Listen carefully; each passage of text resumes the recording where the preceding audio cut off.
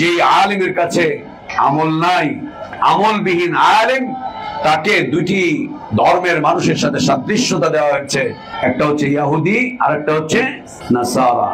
বিসমিল্লাহির রহমানির রহিম। আলহামদুলিল্লাহি রাব্বিল আলামিন, আর রহমানির রহিম, মালিকি ইয়াউমিদ্দিন, ওয়া বিহি নাস্তাঈন। وأشهد أن لا إله إلا الله وحده لا شريك له، له الملك وله الحمد يحيي ويميت وهو على كل شيء قدير، إله الأولين والآخرين. وأشهد أن محمدًا عبده ورسوله وصفيه وخليله، صلى الله عليه وعلى آله وأصحابه وبارك وسلم تسليما كثيرا إلى يوم الدين. اللهم انفعنا بما علمتنا وعلمنا ما ينفعنا وزدنا علما. اللهم إنا نعوذ بك من علم لا ينفع ومن قلب لا يخشع، من نفس لا تشبع، ومن دعوة لا يستجاب لها. اللهم آت نفوسنا تقواها وزكها أنت خير من زكاها، أنت ولينا ومولاها. يا حي يا قيوم برحمتك نستغيث، أصلح لنا شأننا كله ولا تكلنا إلى أنفسنا طرفة عين. سبحانك لا علم لنا إلا ما علمتنا إنك أنت العليم الحكيم. الحمد لله. আমরা সূরাতুল আসর এর বিষয়ে আলোচনা শুরু করেছিলাম। ভূমিকা স্বরূপ সূরাতুল আসরের গুরুত্ব, মহত্ব বিষয় নিয়ে আমরা সেদিন দার্স করেছিলাম। সূরাতুল আসরে আল্লাহ সুবহানাহু ওয়া তাআলা চারটি বিষয় নিয়ে কথা বলেছেন। চারটি বিষয় শুরু করতে গিয়ে আল্লাহ তাবারক ওয়া তাআলা একটি কসম করেছেন, দ্বিতীয়ত আল্লাহ তাবারক ওয়া তাআলা পৃথিবীর মানুষের দুনিয়ার জীবনের অবস্থান বা ভূমিকা তুলে ধরেছেন। একটি কসম করে পৃথিবীর মানুষের দুনিয়ার জীবনের অবস্থান বা ভূমিকাটুকু আল্লাহ সুবহানাহু ওয়া তাআলা পরিষ্কারভাবে তুলে ধরেছেন। ইন্নাল ইনসানা লাফি খুসরিন। এই কথাটা বলতে গিয়ে আল্লাহ কসম করেছেন, তার মানে মানুষের দুনিয়ার জীবনের অবস্থানটা এতটাই ভয়াবহ, এতটাই কঠিন, এতটাই লসের মধ্যে পড়ে আছে যে আল্লাহ তাবারক ওয়া তাআলা তা বোঝাবার জন্য কসম করেছেন। আল্লাহ কসম না করলেও, যদি আল্লাহ কসম নাও করতেন তাও আল্লাহর কথা সত্য। পৃথিবীর মানুষ বুঝুক আর না বুঝুক, জানুক আর না জানুক, আল্লাহর কথা চিরন্তন সত্য, চিরন্তন সত্য। আল্লাহ সুবহানাহু ওয়া তাআলার কথা। আল্লাহ তাবারক ওয়া তাআলা কোরআনুল কারীমে আরো অনেক কথা বলেছেন, সেখানে আল্লাহ তাবারক ওয়া তাআলা কসম করেননি, কিন্তু যেই বিষয়গুলো আল্লাহ তাবারক ওয়া তাআলা ভয়াবহতা বুঝিয়েছেন, বিশেষ গুরুত্বপূর্ণ বিষয়কে বলতে গিয়ে আল্লাহ তাবারক ওয়া তাআলা কসম করেছেন। এবং আমাদের বোঝা উচিত, অনুধাবন করা উচিত যে ইনসানের জীবন কতটা ভয়াবহ অবস্থার মধ্যে বিরাজ করছে দুনিয়ার মানুষের দুনিয়ার এই জীবন কতটা ভয়াবহতার মধ্যে বিরাজ করছে, কত ভয়াবহ সময় আমরা পার করছি। আমাদের এই হায়াতের প্রতিটা মুহূর্ত কতটা ভয়ঙ্কর যে আল্লাহ তাবারক ওয়া তাআলা এটি বুঝাতে গিয়ে তিনি শপথ করে বলছেন ইন্নাল ইনসানা লাফি খুসরিন। তবে তারা এই ভয়াবহতা থেকে বেঁচে যাবে যারা তাদের জীবনটাকে চারটি সিফাতের গণ্ডির মধ্যে নিয়ে আসতে পারবে। চারটি বৈশিষ্ট্যের গণ্ডিতে যারা তাদের জীবনটাকে নিয়ে আসতে পারবে তারা এই ক্ষতি থেকে বের হয়ে যাবে। চারটি সিফাতকে যে ব্যক্তি তার জীবনে চর্চা করতে পারবে, যে ব্যক্তি তার জীবন চারটি সিফাত দিয়ে পরিচালনা করবে, চারটি সিফাতের আওতায় যে ব্যক্তি তার জীবনটাকে আনতে পারবে, সে এই ক্ষতি থেকে বের হয়ে যাবে।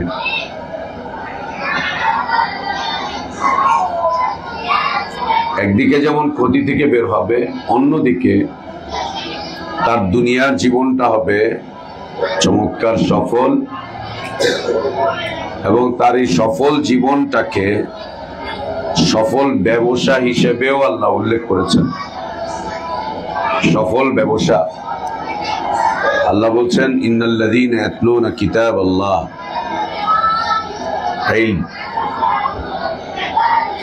ইন্নাল্লাযীনা ইয়াতলুনা কিতাবাল্লাহ, ইয়াতলুনা কিতাবাল্লাহ ইয়ানি আল ইলমু ওয়া আকামুস সালাহ العمل وأنفقوا مما رزقناهم سرا وعلانية عمل صالح يرجون تجارة لن تبور، تجارة لن تبور এমন ব্যবসা যে ব্যবসায় কোনো লস নেই, যে ব্যবসায় কোনো লস নেই। ইলম এবং ইলম অনুযায়ী আমলে সালেহ করা, ইলম অনুযায়ী জীবনটাকে চালানো, সাজানো, গুছানো, এমন ব্যবসা যে ব্যবসায় কোনো লস নেই। তিজারাতান লান তাবুর,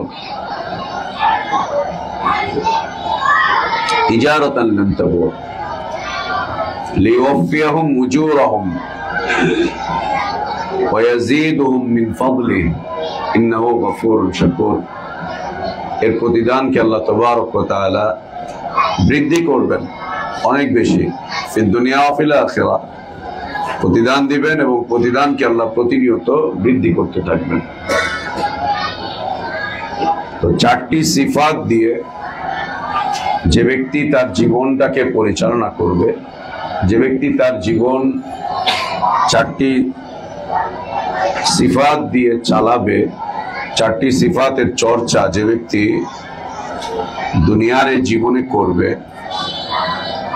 আল্লাহ তাবারক ওয়া তাআলা একদিকে তাকে জীবনের ক্ষতি থেকে বের করে আনবেন,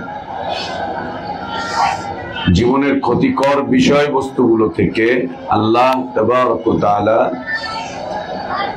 তাকে নাজাত দিবেন, তাকে রেহাই দিবেন জীবনের ক্ষতিকর দিকগুলো থেকে। একদিকে ক্ষতিকর দিকগুলো থেকে বেঁচে যাবে, অন্যদিকে আল্লাহ তাবারক ওয়া তাআলা তাকে সফল জীবন দান করবেন। চলি আজকে থেকে আমাদের এই চারটি বিষয়ের উপরে সংক্ষিপ্ত আলোচনা। এই চারটি বিষয়কে একত্রীকরণ করা হয়েছে, আল্লাহ তাবারক ওয়া তাআলা একত্রে আলোচনা করেছেন সূরাতুল আসরে। আল্লাহ বলছেন ইল্লাল্লাযীনা আমানু ওয়া আমিলুস সালিহাত ইন্নাল ইনসানা লাফি খুসরিন, এর থেকে ইস্তিসনা করছেন, বের করে দিচ্ছেন আল্লাহ তাবারক ওয়া তাআলা আল্লাযীনা আমানু ওয়া আমিলুস সালিহাত তাওয়াসাউ বিল হক, يعني تواصي بالحق، وتواصوا بالصبر يعني تواصي بالصبر، إلا الذين آمنوا إيمان الله سبحانه وتعالى قرآن الكريم ঈমান সংক্রান্ত আয়াত নাজিল করেছেন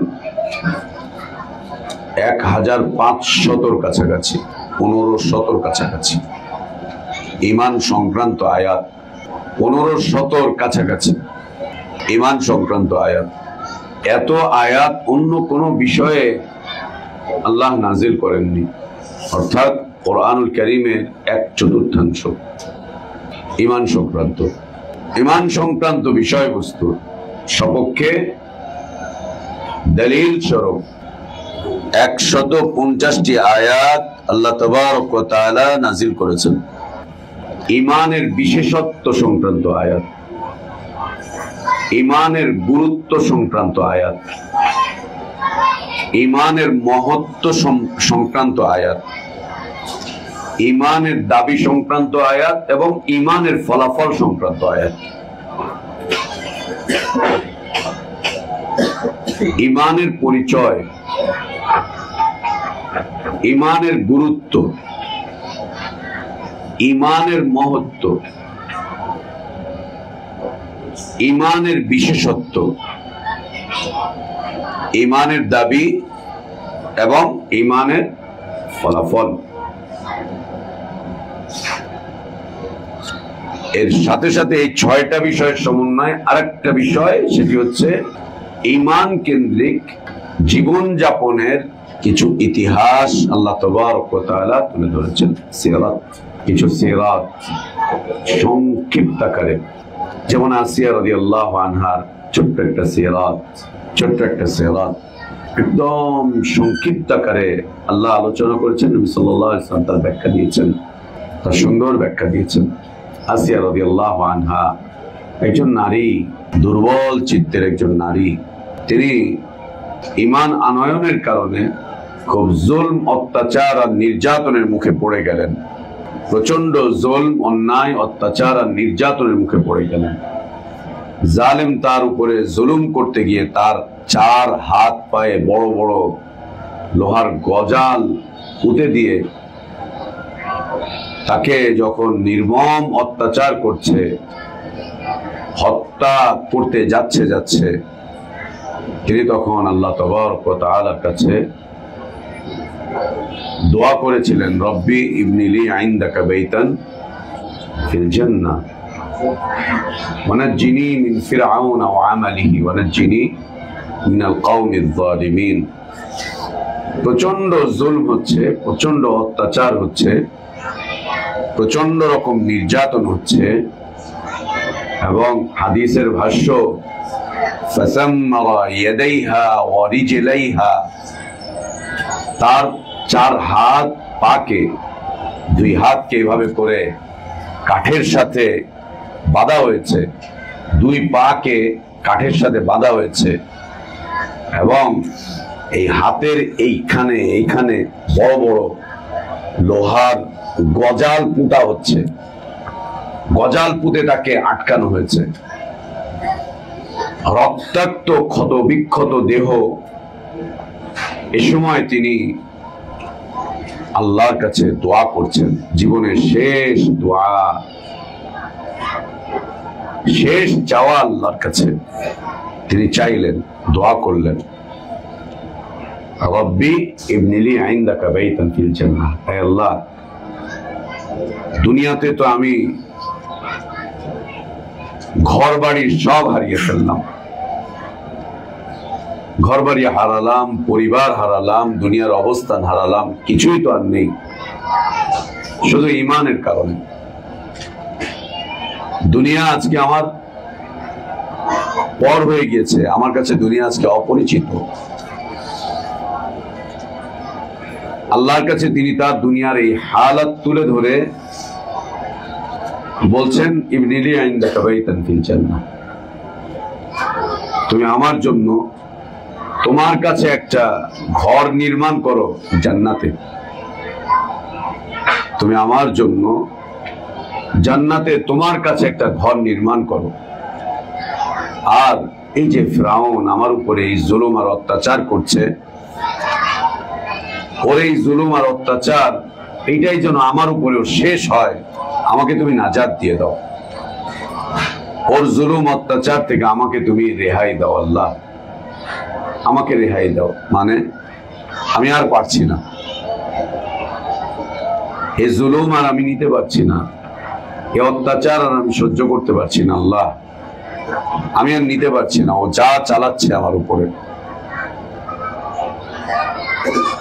তুমি আমাকে ফিরআউন থেকে এবং ফিরআউনের নির্যাতন থেকে মুক্তি দাও। আমি ফিরআউন থেকে মুক্তি চাই এবং ফিরআউনের আমল থেকে মুক্তি চাই, ওর কার্যক্রম থেকে, আমার সাথে ও এতদিন যা করেছে তার থেকে মুক্তি চাই। আর ওয়ানাজ্জিনি মিনাল কওমিজ যালিমিন, এই জালিম কওমের থেকেও আমি মুক্তি চাই, জালিম কওমের থেকে মুক্তি চাই। তাহলে কেউ যদি কোনোদিন কোনো মুমিন পুরুষ বা নারী কোন জালিম দ্বারা আক্রান্ত হয়, তাহলে সেই জালিম এর নাম নিয়ে আল্লাহর কাছে বদদোয়া করতে হয়। কোন জালেমের জুলমের দ্বারা যদি কোনো মুসলিম মুমিন নারী বা পুরুষ জুলমের শিকার হয়, অন্যায় আর অত্যাচারের শিকার হয়, তাহলে তার নাম নিয়ে আল্লাহর কাছে বদদোয়া করা যায়, নাম নিয়ে সরাসরি আল্লাহর কাছে বদদোয়া করা যায়, বলা যায়, বলা যায়। তিনি দোয়া করছেন, একটু পরেই তার চেহারায় হাসির ঝিলিক দেখা গেল, হাসছেন। প্রচন্ড অত্যাচারিত অবস্থায়, নির্যাতিত অবস্থায়, ক্ষত বিক্ষত দেহ নিয়ে রক্তাক্ত অবস্থায় তিনি হাসছিলেন। তিনি যখন হাসছেন তখন ফিরআউন জিজ্ঞেস করছিল, তুমি এভাবে হাসছো কেন? তুমি কি পাগল? এভাবে হাসছো কেন? তুমি কি পাগল? তুমি কি পাগল হয়ে গিয়েছো নাকি? এভাবে হাসছো কেন? জীবনের এই পর্যায়ে পড়ে কোনো মানুষ হাসতে পারে না। প্রচন্ড জুলমের শিকার হয়ে, অত্যাচারিত হয়ে, নির্যাতিত হয়ে, ক্ষত বিক্ষত দেহ নিয়ে রক্তাক্ত অবস্থায় কোনো মানুষ হাসতে পারে না। জিজ্ঞেস করলো, তুমি কি পাগল হয়ে গিয়েছো নাকি? বলছে না, আমি পাগল হইনি, তবে আমি যা দেখতে পাচ্ছি তুমি তা দেখতে পাচ্ছ না, আমি যা দেখতে পাচ্ছি তুমি তা দেখতে পাচ্ছ না। তিনি সেই সময় কি দেখতে পাচ্ছিলেন? জিবরিল আমিন আলাইহিস সালাতু ওয়াস সালাম কে দিয়ে আল্লাহ তাবারক ওয়া তাআলা আসিয়া রাদিয়াল্লাহু আনহার জন্য জান্নাতে যে মহল তৈরি করেছিলেন, জান্নাতে তার স্থান যেটা নির্ধারণ করেছিলেন, সেটা জিবরিল আমিন আলাইহিস সালাতু ওয়াস সালাম কে দিয়ে আসিয়া রাদিয়াল্লাহু আনহার চোখের সামনে আল্লাহ তুলে ধরেছিলেন।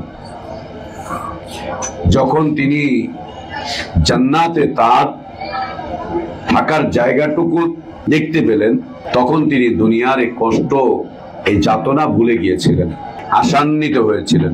দেখতে পাচ্ছিলেন যে দুনিয়ার এই ছোট্ট কষ্টের বিনিময়ে, ছোট্ট একটা কষ্টের বিনিময়ে আল্লাহ আমার জন্য জান্নাতের বিশাল কিছু রেখেছেন।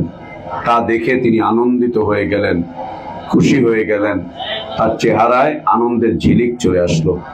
এটা হচ্ছে সিরাত, ঈমান সংক্রান্ত সিরাত। ঈমান সংক্রান্ত সিরাত এটি, ঈমানের দাবি বাস্তবায়ন সংক্রান্ত সিরাত এটি। এরকম অনেকগুলো সিরাত আল্লাহ তাবারক ওয়া তাআলা তুলে ধরেছেন, অনেকগুলো সিরাত। যেমন ঈসা আলাইহিস সালাতু ওয়াস সালামকে যখন তার সমকালীন সময়ের ইহুদিরা হত্যা করার চক্রান্ত করলো, ঈসা আলাইহিস সালাতু ওয়াস সালাম তখন তার উম্মতের মাঝে ঘোষণা করেছেন, কুনু আনসার আল্লাহ। এই ঘোষণা করার পরে তিনি বলছিলেন, মান আনসারি ইলাল্লাহ। তার এই কথার জবাবে হাওয়ারিয়ুন বলে উঠলেন, নাহনু আনসারুল্লাহ।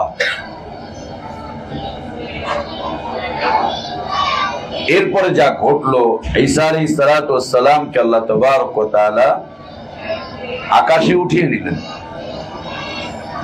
আর তার সাদৃশ্য একজন ব্যক্তি তাকে তারা হত্যা করে দিল। ঈমান সংক্রান্ত, ঈমানের দাবি বাস্তবায়ন সংক্রান্ত সিরাত অনেকগুলো সিরাত আল্লাহ তাবারক ওয়া তাআলা তুলে ধরেছেন। ইব্রাহিম আলাইহিস সালাতু ওয়াস সালামের সিরাত, নমরুদের সাথে তার কথোপকথন, সিরাত এগুলো। মুসা আলাইহিস সালাতু ওয়াস সালামের কওমের কথোপকথন, যে জাদুকরদেরকে ফিরাউন মুসা আলাইহিস সালাতু ওয়াস সালামের বিরুদ্ধে নিয়ে এসেছিল তাকে পরাস্ত করার জন্য, সেই জাদুকরদের হৃদয়কে যখন আল্লাহ হিদায়াতের জন্য উন্মোচন করে দিলেন, উন্মুক্ত করে দিলেন, তারা ঈমান নিয়ে চলে আসলেন। এই ঈমান আনার পরে তাদের যে অবস্থান হয়েছিল, আল্লাহ সেই সংক্রান্ত সিরাত গুলোকে তুলে ধরেছেন। তো ঈমান সংক্রান্ত আয়াতের সংখ্যা প্রায় 1500। এত অধিক পরিমাণ আয়াত কোরআনুল কারীমে অন্য কোনো বিষয়ে নাজিল হয়নি। এই আয়াতে কারীমাগুলো ঈমানের পরিচয়,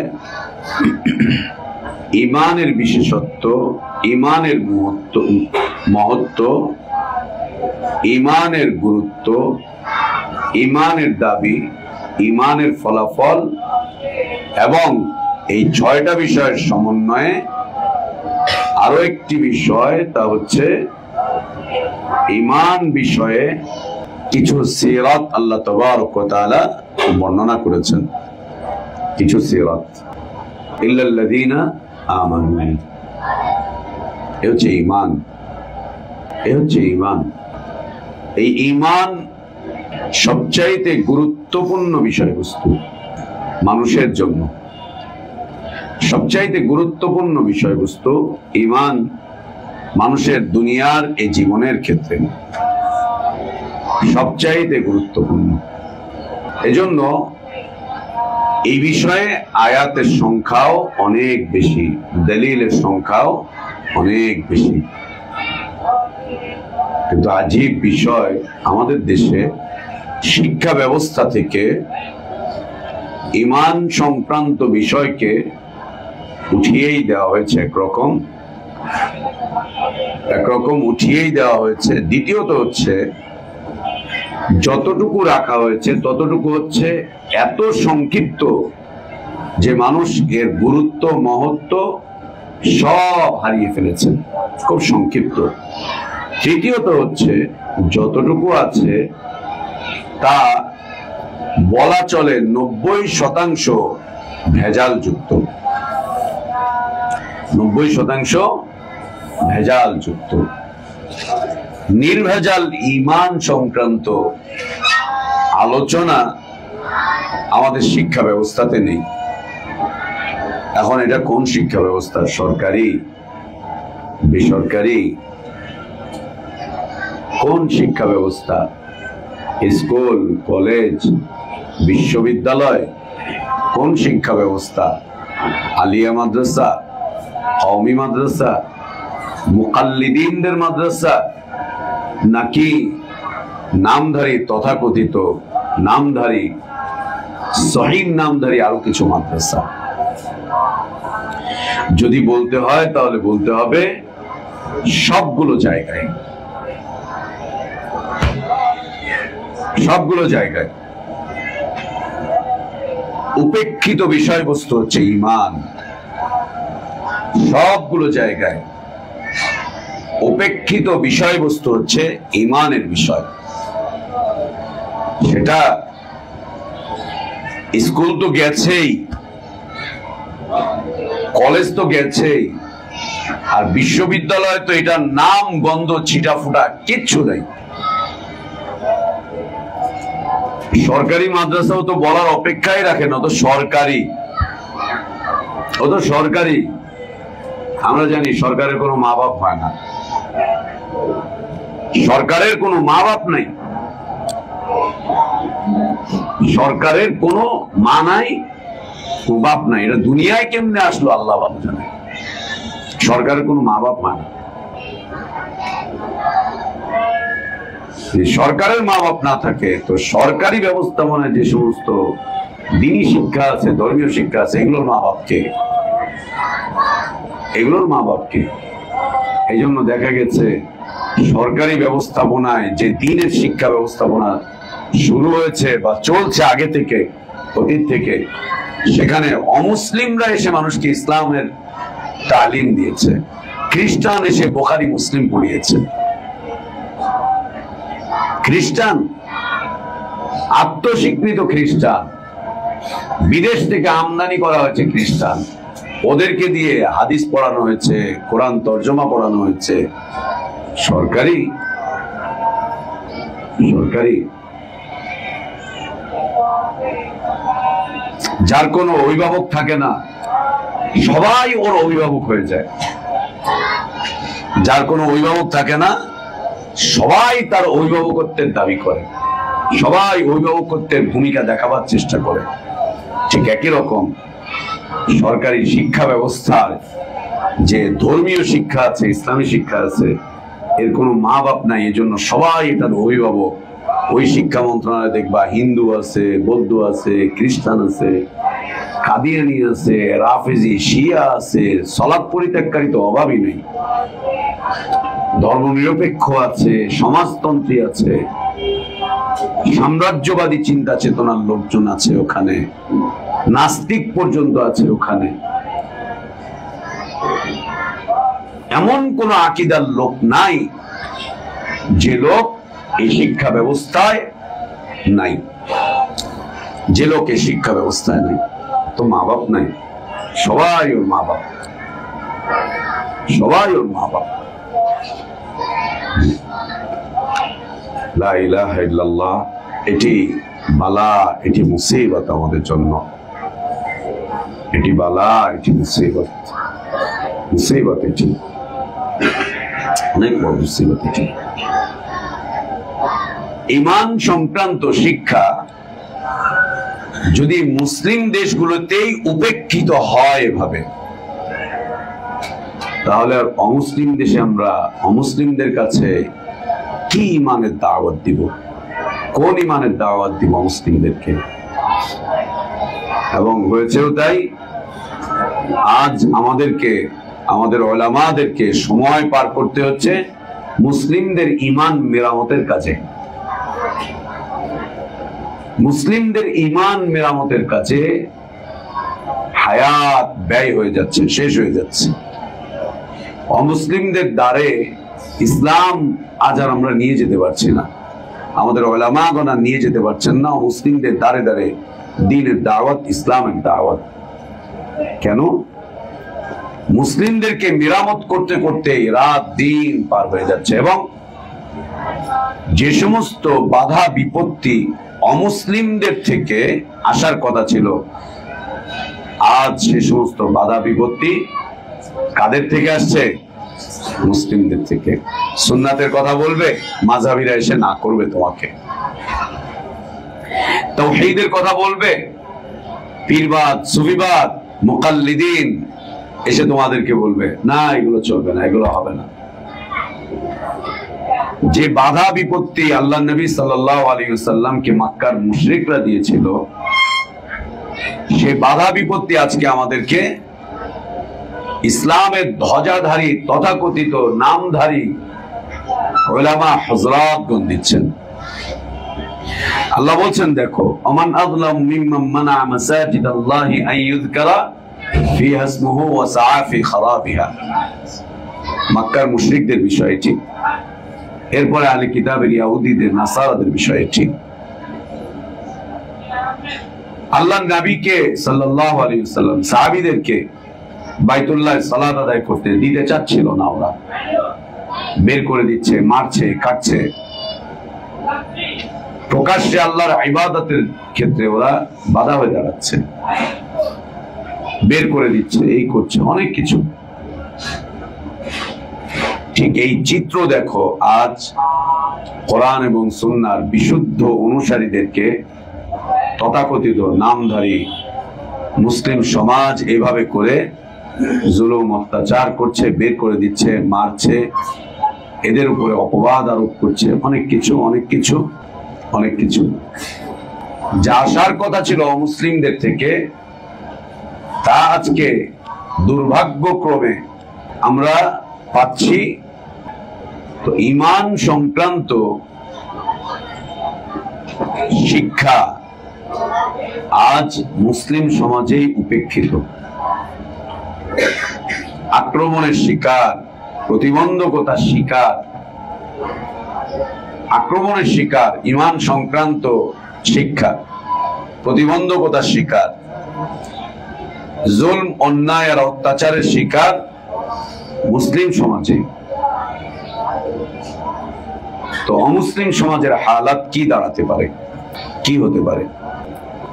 শিক্ষা ব্যবস্থায় ঈমান সংক্রান্ত বিষয়বস্তু আজ জুলমের শিকার, আজ উপেক্ষিত, এবং এই বিষয়টি এখন প্রয়োজন বহির্ভূত এক বিষয়।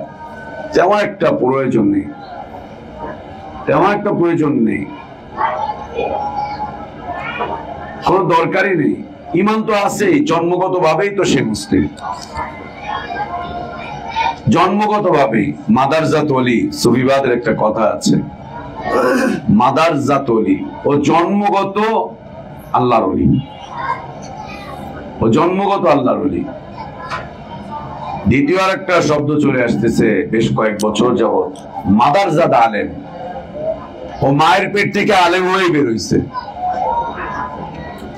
মায়ের পেট থেকে আলেম হয়ে বেরোইছে। যেমন আব্দুল কাদের জিলানী কোরআন হিফজ করে তারপরে বেরোইছে মায়ের পেট থেকে,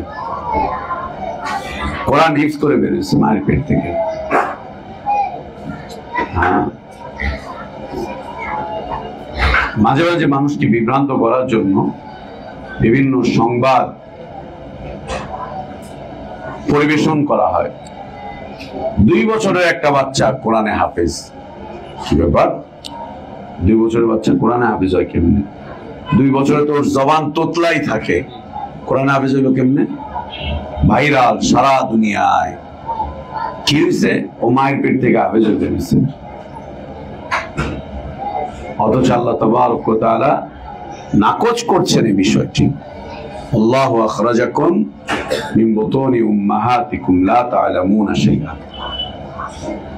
আল্লাহ তোমাদেরকে তোমাদের মায়েদের পেট থেকে বের করেছেন এমন হালাতে, লা তা'লামুনা শাইআন, তোমরা কিচ্ছুই জানতে না, শাইআন কিচ্ছু না, এক যাররা পরিমাণ কোনো জ্ঞান তোমরা তোমাদের মায়ের পেট থেকে নিয়ে বেরোতে পারো না। সেই জায়গায় ও কোরআনে হাফেজ হয়ে বেরোচ্ছে, কোরআনে হাফেজ হয়ে বেরোচ্ছে। 2 বছর 3 বছর বয়সে ও পুরো কোরআন হাফেজ। কেমনে? তখন তুলে ধরা হয়েছে ও গর্ভে থাকা অবস্থায় ওর মা প্রতিদিন 1 খতম করে কোরআন পড়তো। তো পেটের ভিতরে থেকে শুনে শুনে হাফেজ হয়ে গেছে। তো পেটের ভিতরে তো মা বাবার অনেক গালিগালাজও শুনছে, জন্মগ্রহণ করে তো ওরকম গালিগালাজ গুলো দেওয়া দরকার ছিল। সুবহানাল্লাহ। কি ওর মা প্রতিদিন এক খতম করে কোরআন পড়ছে। এই জন্য মায়ের পেট থেকে জ্ঞান নিয়ে, কোরআনের জ্ঞান নিয়ে বেরোচ্ছে এসছে।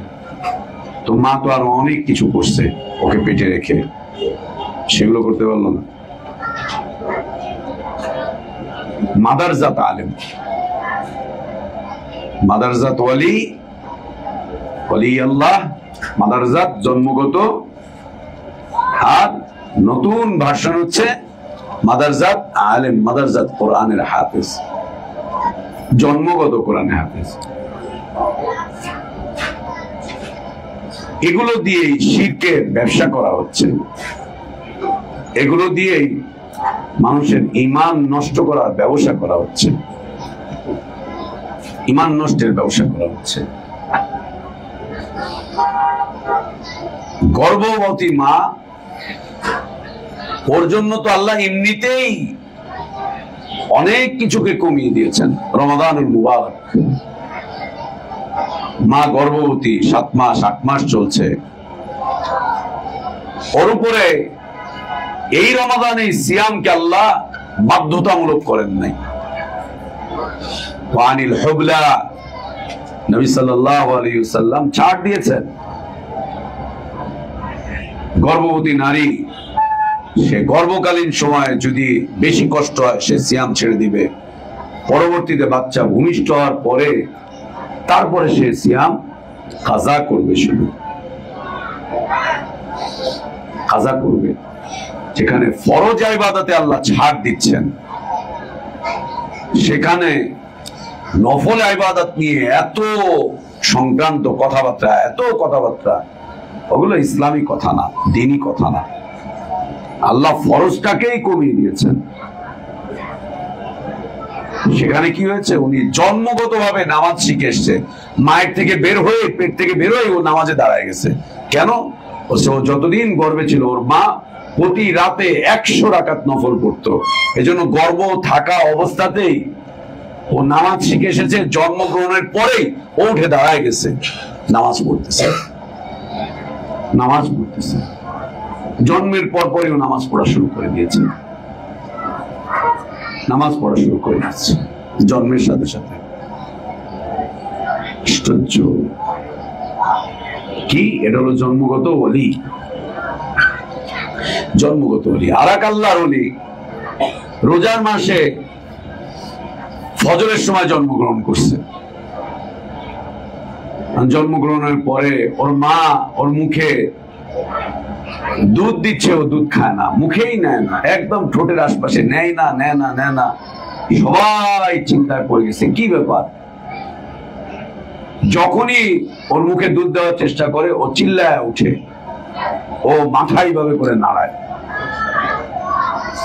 ও খাবার নেয় না মুখে। কেউ কিছু বুঝতে পারলো না। ঠিক যখন সূর্য অস্ত যাচ্ছে, সন্ধ্যার সময় হচ্ছে, ওর মুখে খাবার দিয়েছে, তো বিসমিল্লাহ বলে খাওয়া শুরু করেছে। কি এটা? সারাদিন সিয়াম ছিল। জন্মগত ওলি, জন্মগত ওলি। ও মায়ের পেট থেকে সিয়ামরত অবস্থায় দুনিয়াতে এসছে। ও সারাদিন খায় নাই, রোজা ভাঙে নাই। সন্ধ্যার সময় সে ইফতার করছে। এই ওলিরা জন্মগ্রহণ করে হচ্ছে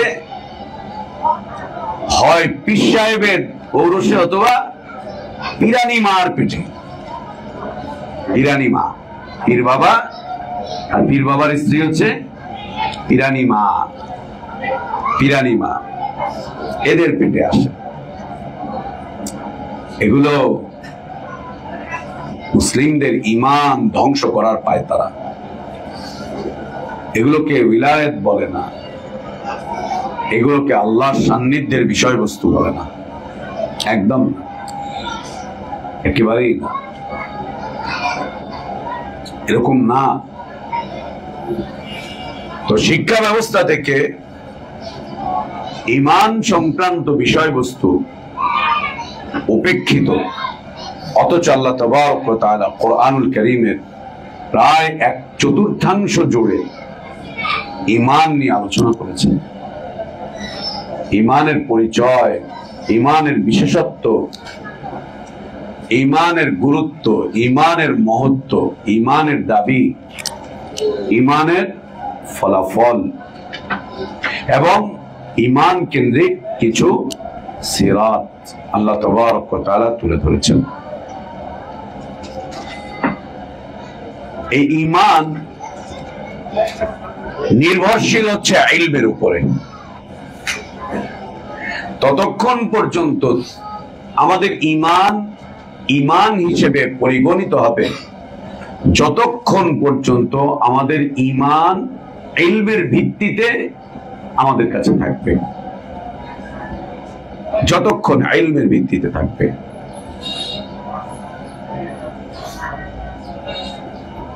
এই ইমান ইলমের উপরে প্রতিষ্ঠিত থাকতে হবে। এই ইমানের ভিত্তি হচ্ছে ইলম,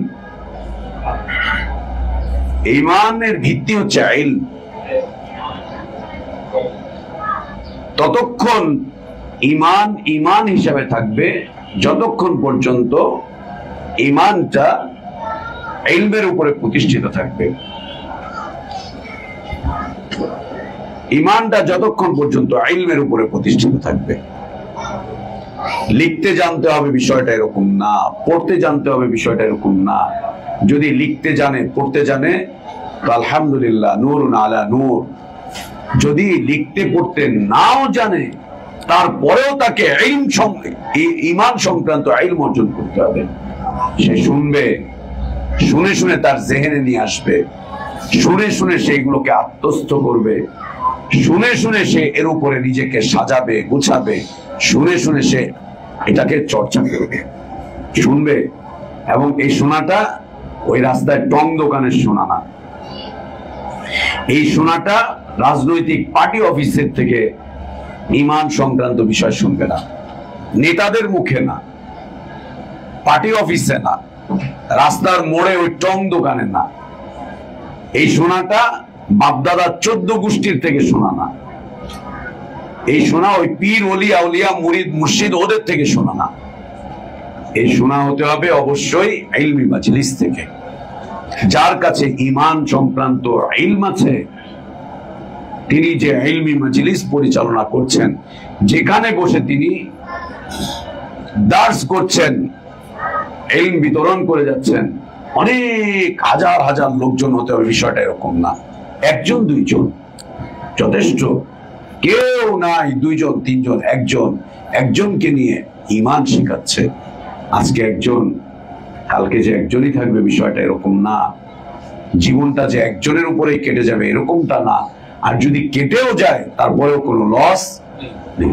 ইন্নাল্লাযীনা ইয়াতলুনা কিতাবাল্লাহ, এতেও কোনো লস নেই। হোক না একজন। শিক্ষা প্রতিষ্ঠানের ছাত্র কম হলে ওটা আবার কেমন শিক্ষা প্রতিষ্ঠান? কয়টা পোলাপাইন আছে? এই অল্প কয়েকটা। এটা কি? এটা কি? হ্যাঁ, কিয়ামতের দিন অনেক নবী রাসূল উঠবেন, যাদের উম্মত থাকবে 1 জন 2 জন 3 জন, কেউ তাদের থেকে দিন নেয় নাই। আবার কোন কোন নবী রাসূল উঠবেন লাইসা মাআহু আহাদ, একা উঠবেন, কোন উম্মত থাকবে না সাথে। এই জন্য কি নবীর দাওয়াত ব্যর্থ? নবীর চেষ্টা প্রচেষ্টা ব্যর্থ ছিল? বিলকুল না, একদম না, কখনোই না। মুআল্লিমিনদের ইলম বিতরণের এই জীবনে, মুআল্লিমিনদের ইলম বিতরণের এই জীবনে নিরাশা হতাশা বলতে কিচ্ছু নাই। নিরাশা হতাশা বলতে কিচ্ছু নাই। যদি মুআল্লিমরা নিরাশ হয়ে যায়, মুআল্লিমরা যদি তাদের ইলমি জীবনে হতাশ হয়ে যায়, মনে রাখতে হবে যে তাকে নিয়ে শয়তান খেলাধুলা করছে, মূলা ঝুলাচ্ছে। ওর সামনে মূলা ঝুলছে। মূলা কে ঝুলাচ্ছে? শয়তান। শয়তান ঝুলাচ্ছে, তাকে নিয়ে শয়তান খেলছে। মুআল্লিমিনদের ইলমি জীবনে যদি নিরাশা চলে আসে, হতাশা চলে আসে, যে কোনো হতাশা, যে কোনো নিরাশা, ছাত্র কেন্দ্রিক নিরাশা, থাকার জায়গা কেন্দ্রিক নিরাশা, খাবার দাবার কেন্দ্রিক নিরাশা, অর্থবিত্ত কেন্দ্রিক নিরাশা, জুলুম অত্যাচার কেন্দ্রিক নিরাশা হতাশা, মানুষের নিন্দা কেন্দ্রিক নিরাশা হতাশা, যদি হতাশা চলে আসে, নিরাশা চলে আসে, তাহলে বুঝতে হবে যে শয়তান তাকে নিয়ে খেলছে, প্রতারণা দিচ্ছে। একটা পর্যায়ে সে ঈমান থেকে বের হয়ে যাবে। আল্লাহ বলছেন ওমাইয়াকনাতু মির রাহমাতি রাব্বিহি ইল্লা দাল্লুন। আল্লাহ হতাশ হতে নিষেধ করেছেন, ওয়ালা তাহিনু ওয়ালা তাহজানু ওয়া আনতুমুল আলাউনা ইন কুনতুম মুমিনিন। মুআল্লিমিনদের জীবনে যেন কোনোদিন হতাশা না আসে, কোনোদিন না, কোনোদিন না। ছাত্র নেই তাও হতাশা নেই। তুমি দার্সে বসেছো, কোনো ছাত্র নেই, এরপরেও বসে থাকো। মসজিদে নববীতে গেলে এরকম কিছু কিছু চিত্র দেখা যায়। যেমন বর্তমান সময়ে সারা বিশ্ব নন্দিত একজন আলেম শেখ আব্দুর রাজ্জাক বাদর, আল্লাহ তাকে হিফাজত করেন, উনি শেখ সুলাইমান রুহাইলি, এনারা যখন দার্স করেন মানুষ লোকারণ্য হয়ে যাচ্ছে। অনেক অনেক মানুষ, অনেক মানুষ, লোকারণ্য। মসজিদে নববীতে, মসজিদে নববীর বাইরে যেখানেই মুহাজারা করছেন, আল্লাহ তাদেরকে সেই জায়গাটাতে নিয়ে গিয়েছেন। কিন্তু তার পাশেও আবার দেখা যায় ওই একই মসজিদে, মসজিদে নববীতেই আর এক কোনায় একজন আলিম বসে দার্স করছেন। দেখতেও সুন্দর লাগে, বড় দাড়ি, চেহারাও খুব সুন্দর, আলোচনাও খুব সুন্দর। এক কোনায় দার্স করছেন, তার ওইখানে 8 জন 10 জন 5 জন 7 জন লোক বসে আছে, অল্প কয়েকজন। এইখানে লোকের জায়গা দেওয়ার জায়গা নেই, লোকারণ্য হয়ে গিয়েছে। অনেক মানুষ, লোকারণ্য, একদম মৌমাছির মতো। চাকের মধ্যে মৌমাছিগুলো যেমন একটার উপরে একটা এইভাবে করে লেগে থাকে, এইভাবে করে লেগে থাকে। এবং আজীব বিষয়, যদি তুমি মসজিদে নববীতে রাতে তাহাজ্জুদের সময় ঢুকো, 2:30 3টার সময় ঢুকলেই দেখতে পাবা যে শেখ আব্দুর রাজ্জাক বাদর যেখানে দার্স করেন, ওখানে মানুষজন এসে তখন থেকেই জায়গা নিয়ে বসা শুরু করে দিয়েছে। তাহাজ্জুদের সময় এসে জায়গা দখল করে ওস্তাদের একদম সামনে বসবে। ওই বসার জন্য কেউ জায়নামাজ নিয়ে আসে, কেউ বসার জন্য মাকাদ, ওই যে আমার এখানে আছে, ওগুলা নিয়ে আসে, নিয়ে এসে এখানে দিয়ে কিতাব একটা রেখে ওইখানে বসে তাহাজ্জুদের সালাত, ওইখানে দাঁড়িয়ে সালাত আদায় করে জায়গাটাকে রাখছে, ওস্তাদের সামনে বসবে। অনেক মানুষ। উনি দার্স করবেন ফজরের সালাতের পরে 6টা 6:30, 3টার সময় এসে মানুষ জায়গা নিয়ে বসে। ইলমের প্রতি দেখো হিরস, ইলমের প্রতি হিরস। এবং বয়স্ক মানুষরা পর্যন্ত এসে বসে থাকে 3 ঘন্টা 2 ঘন্টা আগে থেকে। আসরের সালাতের পরে অথবা মাগরিবের সালাতের পরে দার্স করবেন। যদি আসরের সালাতের পরে দার্স হয় তো জোহরের পর থেকে দেখা যায় যে মানুষ এসে ওখানে জায়গা দিচ্ছে। মাগরিবের পরে হলে আসরের পর থেকে নিয়ে জায়গা নিয়ে বসছে। আল্লাহ যেন এমন আলেম আমাদেরকেও দান করেন, যেখানে সারা দেশ থেকে মানুষ এসে অপেক্ষায় থাকবে, এবং সেটা যেন আল্লাহ তোমাদের মধ্য থেকেই করেন। তোমাদের মধ্য থেকেই যেন আল্লাহ জগৎ বিখ্যাত আরো আলিম তৈরি করেন, যারা ইসলামের কর্ণধার হবে, ইসলামকে নিয়ে ঘুরে ফিরে বেড়াবে, যাদের জীবনের টার্গেটই থাকবে আল্লাহর দ্বীনকে পৌঁছে দেওয়া। আল্লাহ যেন এটা তোমাদের মধ্য থেকেই করেন, আমাদের এই ছাত্রদের মধ্য থেকেই যেন আল্লাহ তা করেন। পাশেই দেখা যাচ্ছে যে আরেকজন দার্স করছেন, মাত্র কয়েকজন। এর অর্থ কি? উনি ভালো আলেম না? উনি ভালো আলেম না, এর অর্থ এটা না। পৃথিবীতে এরকম আল্লাহ তাবারক ওয়া তাআলা কিছু কিছু আলেম রেখেছেন। এবার যখন ইয়ামানে ঢুকছি হাজারামাউতে, তখন প্রাচীন এক শহর শিবাম, এই শিবাম এলাকায় 500 বছর আগের বাড়িঘর আছে, এখনো মাটির বাড়িঘর, বয়স 500 বছর। সবচাইতে প্রাচীন শহর, সর্বশেষ প্রাচীন শহর আর কি, সর্বশেষ প্রাচীন শহর এটাই আছে এখন। আর আগের যে বাড়িঘর গুলো, স্থাপনা গুলো, ওগুলো সব নষ্ট হয়েছে, এটাই আছে সেবা। এটার পাশ দিয়ে যখন যাচ্ছি হাইওয়ে দিয়ে, তখন গাড়ির যে ড্রাইভার ছিল একজন বড় আলেমের ছেলে, ও বলছে যে রাস্তা হাইওয়ের পাশে বিশাল মরুভূমি, খালি মাঠ, অনেক বড়। বলছে যে কিছুদিন আগে এখানে শেখ ইয়াহিয়া আল হাজুরি এসেছিলেন, এইখানে মানুষ হয়ে গিয়েছিল কয়েক লাখের উপরে। বলছে দেখো এই যে মাঠ দেখতে পাচ্ছ, এগুলো সব লোকারণ্য হয়ে গিয়েছিল। উনি এখানে আসছিলেন দার্স করতে, লোকারণ্য হয়ে গিয়েছিল। উনি যেখানেই যান লোকারণ্য হয়ে যায়, তার থেকে ইলমি ইস্তেফাদা অর্জন করার জন্য, ইলম নেওয়ার জন্য জায়গা দেওয়া যায় না, প্রশাসন হিমশিম খায়, এত মানুষ এখানে চলে আসে। আবার এর বিপরীতে অনেক আলেম ওলামা আছেন, ছোট্ট একটা মার্কাজে দার্স দিয়ে যাচ্ছেন অল্প স্বল্প কিছু মানুষ নিয়ে। এর অর্থ কি?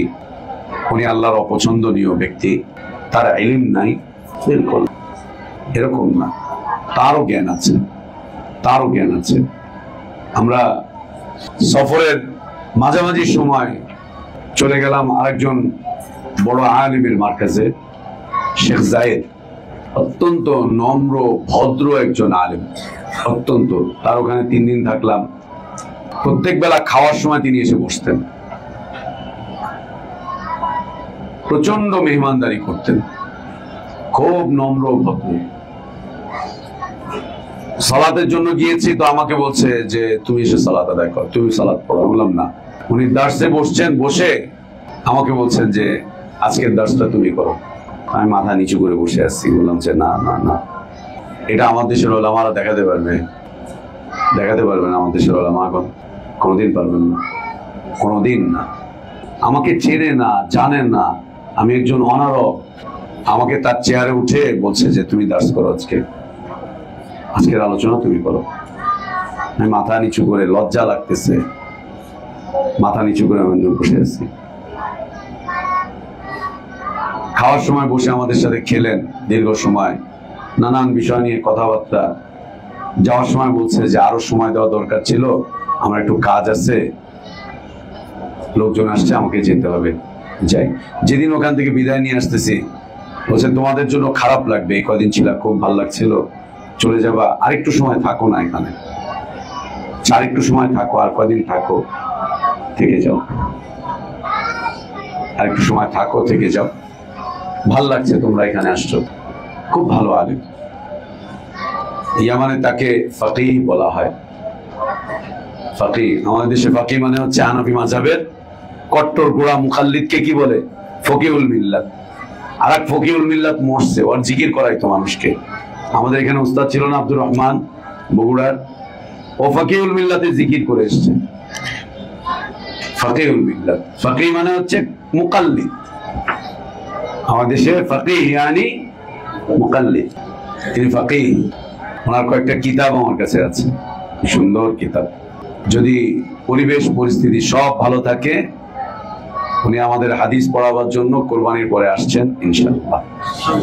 হাদিস পড়াবার জন্য ইনশাআল্লাহ কোরবানির পরে আসছেন ইনশাআল্লাহ আমাদের এখানে ইনশাআল্লাহ। তো এতটুকু কথা হয়েছে তার সাথে, এতটুকু কথা হয়েছে যে উনি আসবেন, এসে আমাদের এখানে হাদিসের দার্স দিবেন ধারাবাহিকভাবে। আমরা ছাত্ররা, উস্তাদরা সবাই তার কাছে হাদিস পড়বো ইনশাআল্লাহ। অথচ অল্প কিছু ছাত্র তার মার্কাজে পড়াচ্ছেন তিনি, অল্প কিছু ছাত্র। তার দার্সে বসলাম। একদিন মাগরিবের পরে তিনি রিবা নিয়ে এত জ্ঞান গর্ব আলোচনা করলেন, রিবা নিয়ে, যাকাত এবং রিবা এই নিয়ে এত জ্ঞান গর্ব আলোচনা করলেন। আল্লাহু আকবার, এত চমৎকার আলোচনা করলেন যাকাত আর রিবা এই নিয়ে, খুব চমৎকার সুন্দর আলোচনা করলেন, দার্স করলেন বুলুগুল মারাম থেকে। এর অর্থ কি? অল্প স্বল্প কিছু ছাত্র, এর অর্থ কি নিরাশা, হতাশা? না, বিলকুল না। ছাত্র কমবে, ছাত্র বাড়বে, কখনো কখনো মুআল্লিমিনদের সামনে কোনো ছাত্রই থাকবে না। মনে রেখো, তোমার সামনে আজকে ছাত্র নেই এর অর্থ তুমি ছাত্র শূন্য না। হতে পারে আল্লাহ কোনো জিনকে তোমার সামনে বসিয়ে রেখেছেন, তোমার থেকে ওরা ইস্তেফাদা নিচ্ছে। আমাদের এখানে ছাত্র আছে না, তোমরা জানা আছে না জিন ছাত্রদের কথা? আলহামদুলিল্লাহ, জিনরা এখানে কোরআন হিফজ করে, জিনরা হাদিস পড়ে, আকীদা শেখে, দ্বীন শেখে। এখানে এসে যা দেখা যাচ্ছে তোমাদেরকে দেখা যাচ্ছে, এর বাইরে তো আরো অনেকেই আছে, অনেকেই থাকে, একদম স্বাভাবিক বিষয়। এজন্য যেন হতাশা না আসে, নিরাশা না আসে। ইলমি জীবনে হতাশা, সেটা মুআল্লিমিনদের হোক অথবা তালিবে ইলমদের হোক, হতাশা এনে দেয় কে? শয়তান। হতাশা এনে দেয় শয়তান, শয়তান এনে দেয়। শয়তান খেলছে, মনে রাখতে হবে যে শয়তান খেলছে, শয়তান খেলছে। এই খেলায় শয়তানকে আগাতে দেওয়া যাবে না, একদম না। সাবধানতার সাথে থাকতে হবে। তো ঈমান ইলমের উপরে ভিত্তি করে প্রতিষ্ঠিত থাকে বান্দার হৃদয়। ইলমের উপরে, ঈমানের ভিত্তি হচ্ছে ইলম, ঈমানের ভিত্তি হচ্ছে ইলম। ইলমবিহীন ঈমান ওইটা ঈমান না। ইলমবিহীন ঈমান কখনো থাকতে পারে না। যেই ইলমের সপক্ষে, যে ঈমানের সপক্ষে ইলম নাই, যে ঈমানের সপক্ষে ইলম নাই, ওইটা ঈমান না, ওইটা গুমরাহি, ওইটা গুমরাহি। যে ঈমান এর সপক্ষে ইলম থাকে না, ওইটা গুমরাহি, ওইটা ঈমান না, ওইটা গুমরাহির আলামত, ওইটা পথভ্রষ্টতার আলামত। ইলমবিহীন ঈমানের উপরে টিকে থাকা যাবে না। ইলমবিহীন ঈমান ঈমান না। ইলম ঈমানকে প্রতিষ্ঠিত রাখে। এজন্য কেউ যদি লিখতে নাও জানে, পড়তে নাও জানে, তাকে ইলমি মাজলিসে আসতে হবে, ইলমি মাজলিসে তাকে অংশগ্রহণ করতে হবে, ইলমি মাজলিসে অংশগ্রহণ করতে হবে, ইলমি মাজলিসে তাকে থাকতে হবে। ইলম, ঈমান সংক্রান্ত ইলম তাকে শুনতে হবে, আত্মস্থ করতে হবে এবং আহলে ইলমদের সাথে থেকে তাকে ঈমান চর্চা করতে হবে। আহলে ইলমদের সাথে থেকে ঈমান চর্চা করতে হবে। যেমন অনেক সাহাবী ছিলেন, লিখতে জানতেন না, পড়তে জানতেন না, উম্মি ছিলেন। তারা বলতেন নাহনু উম্মাতুন উম্মিয়া লা নাকতুবু ওয়া লা নাকরা। আমরা নিরক্ষর এক জাতি, আমরা লিখতে জানি না, আমরা পড়তে জানি না। লিখতেও জানতেন না, পড়তেও জানতেন না, কিন্তু জীবন পরিচালনা করেছিলেন কাদের সাথে? আহলে ইলমদের সাথে, আহলে ইলমদের সাথে, আহলে ইলমদের সাথে জীবন পরিচালনা করেছেন। ইলমি মাজলিসে তারা সময় ব্যয় করেছেন, সময় পার করেছেন ইলমি মাজলিসগুলোতে। এতে করে আল্লাহ তাবারক ওয়া তাআলা তাদের ঈমানকে মজবুত রেখেছেন, তাদেরকে ঈমানের উপরে অটল অবিচল রেখেছিলেন। এতে করে আল্লাহ তাবারক ওয়া তাআলা তাদের মাধ্যম দিয়ে ঈমানের খিদমত দিয়েছেন, ঈমানের খিদমত দিয়েছেন।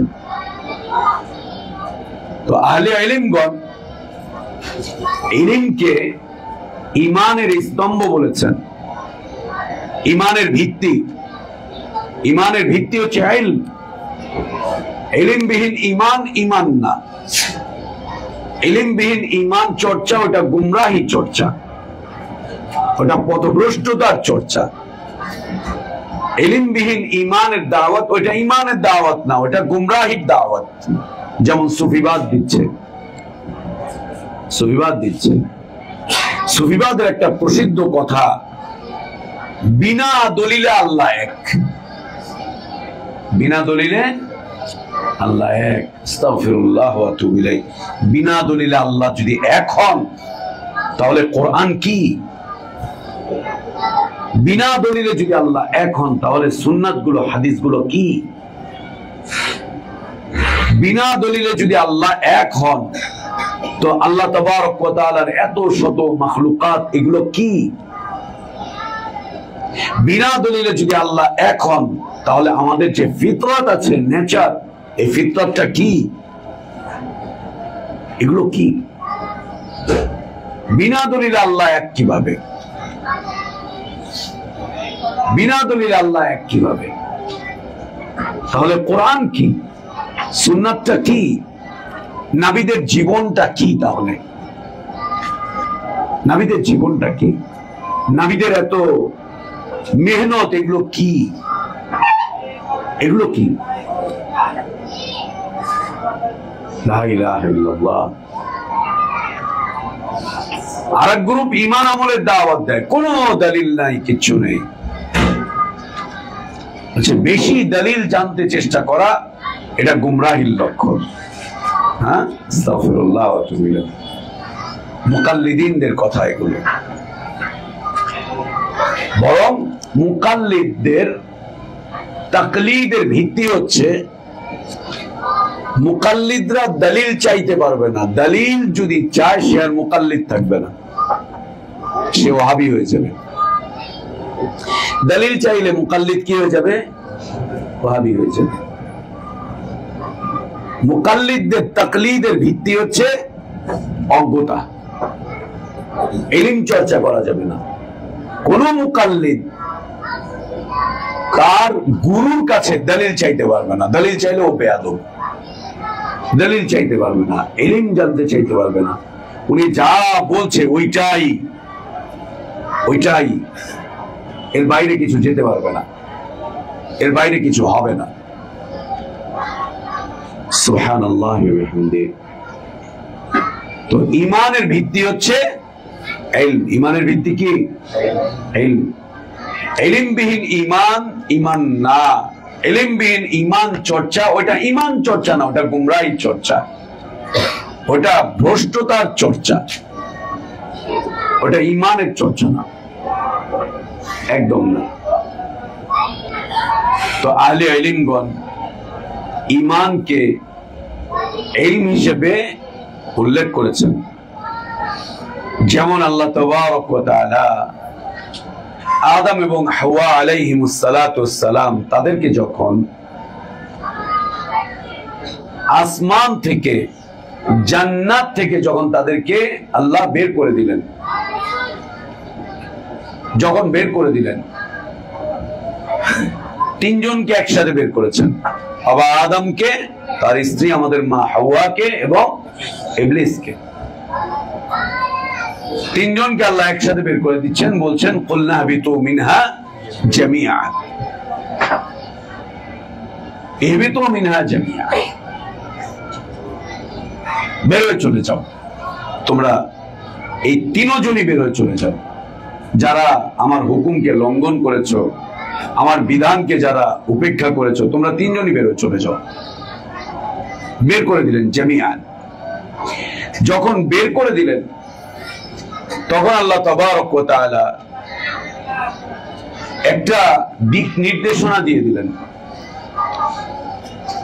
ফাইম্মা ইয়াতিয়ান্নাকুম মিন্নি হুদা ফামান তাবিআ হুদায়া ফালা খাউফুন আলাইহিম ওয়ালা হুম ইয়াহজানুন।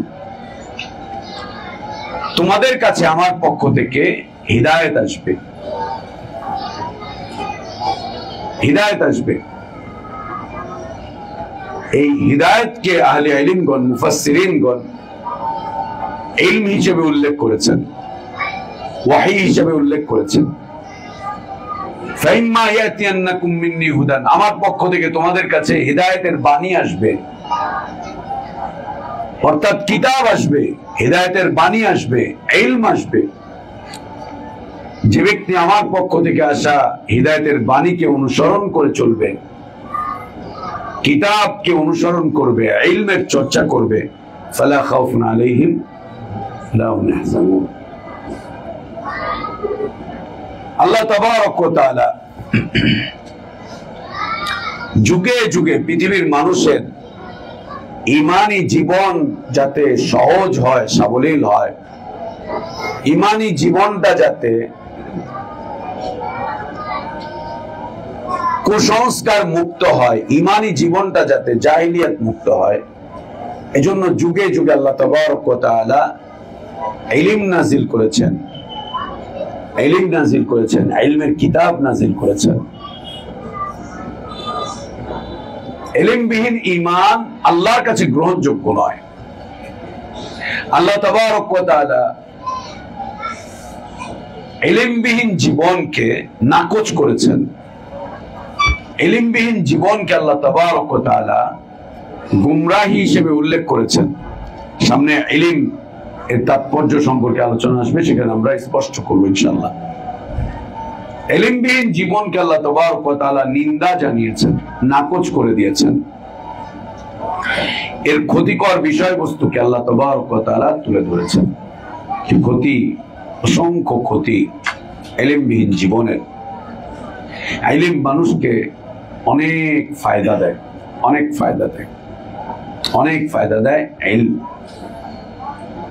জীবনের স্থিতিশীলতা নিয়ে আসে, জীবনের পথগুলোকে, দুর্গম দুর্গম পথগুলোকে পাড়ি দেওয়ার ব্যবস্থা করে দেয় ইলম। দুর্গম পথ জীবনের, একে পাড়ি দেওয়ার জন্য নির্দেশনা দেয় হচ্ছে ইলম।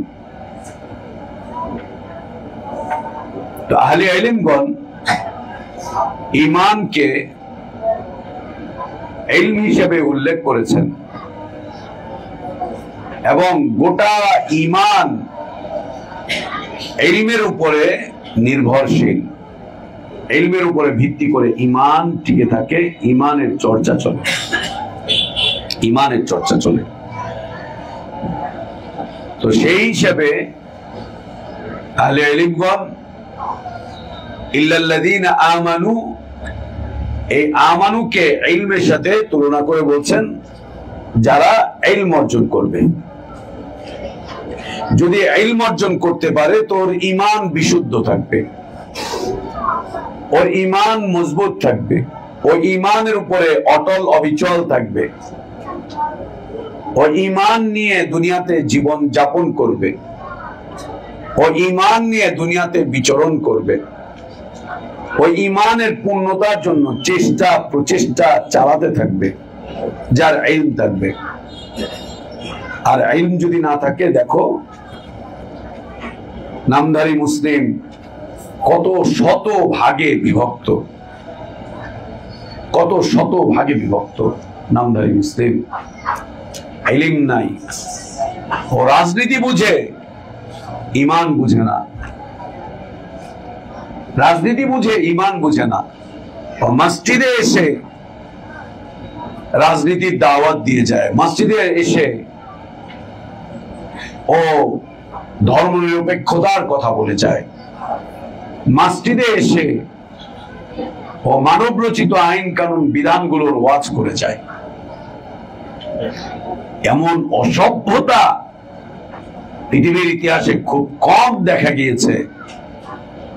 এমন অসভ্যতা, যে অসভ্যতা বর্তমান সময় রাজনীতিবিদরা দেখাচ্ছে, মসজিদে এসে অসভ্যতা দেখাচ্ছে, দিনী শিক্ষা প্রতিষ্ঠানগুলোতে এসে অসভ্যতা দেখাচ্ছে। এমন অসভ্যতা পৃথিবীর ইতিহাসে খুব কম দেখা গিয়েছে। এত অসভ্য হয়েছে, এত অসভ্য হয়েছে যে মসজিদের মিম্বারের সামনে দাঁড়িয়ে ও আজে বাজে দলীয় কথাবার্তা এই সেই এগুলো সব বলে যায়, এগুলো সব বলে। এমন অসভ্য।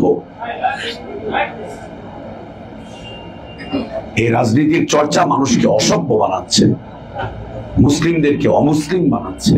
এই অসভ্য রাজনীতির চর্চা মুসলিমদের ঈমানকে, ইসলামকে বরবাদ করে দিচ্ছে, শেষ করে দিচ্ছে।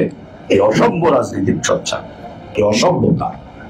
তো ঈমান মজবুত থাকবে, ঈমানের উপরে অটল থাকতে পারবে, অবিচল থাকতে পারবে যতক্ষণ পর্যন্ত ইলমের চর্চা থাকবে। যখনই ইলমের চর্চা বন্ধ হয়ে যাবে, তখনই ঈমান বরবাদ হয়ে যাবে, ঈমান বিনষ্ট হয়ে যাবে, ঈমান তোমাকে রেখে দিয়ে চলে যাবে, ঈমান তোমাকে রেখে দিয়ে চলে যাবে। আল ঈমানু ইয়াজিদু ওয়া ইয়ানকুসু, ঈমান বাড়ে এবং কমে। এবং কখনো কখনো মানুষ ঈমান থেকে বের হয়ে যায়। আল্লাহ বলছেন ইন্নাল্লাযীনা আমানু সুম্মা কাফারু সুম্মা আমানু সুম্মা কাফারু সুম্মা ইজদাদু কুফরা। ঈমান আনে আবার কাফের হয়ে যায়, আবার ঈমান আনে আবার কাফের হয়ে যায়, সুম্মা ইজদাদু কুফরা। অতঃপর আল্লাহ তার কুফরিকে বৃদ্ধি করে দেন, তার কুফরিকে বৃদ্ধি করে দেন।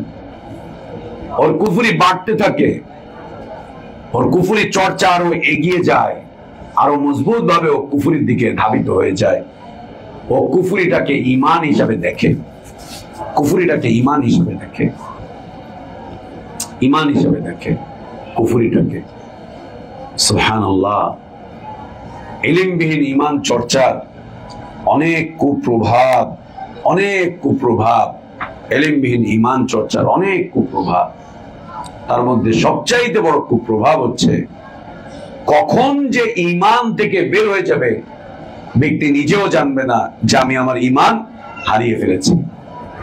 ব্যক্তি নিজেও জানবে না যে কখন সে তার ঈমানকে হারিয়ে ফেলেছে, ঈমান হারিয়ে গিয়েছে। ও নিজেও জানবে না যে কখন তার ঈমান হারিয়ে গিয়েছে, ঈমান তাকে রেখে দিয়ে চলে গিয়েছে, ওর জায়গায় বসে আছে, ঈমান ওকে রেখে দিয়ে চলে গিয়েছে অন্য জায়গায়। ওয়াইন তাতাওয়াল্লাউ ইস্তাবদিল কওমান গায়রাকুম সুম্মা লা ইয়াকুনু আমসালুকুম। ঈমান ফেলে রেখে দিয়ে চলে যাবে, একা হয়ে যাবা, শূন্য হাতে বসে থাকবা, মনে করে যে অনেক ঈমান আছে, অনেক ঈমান আছে। শয়তান তাকে এইদিকে সুশোভিত করে দেখায়, ওয়াযায়্যানা লাহুমুশ শাইতানু আ'মালাহুম ফাসাদ্দাহুম আনিস সাবিলি ফাহুম লা ইয়াহতাদুন, ফাহুম লা ইয়াহতাদুন।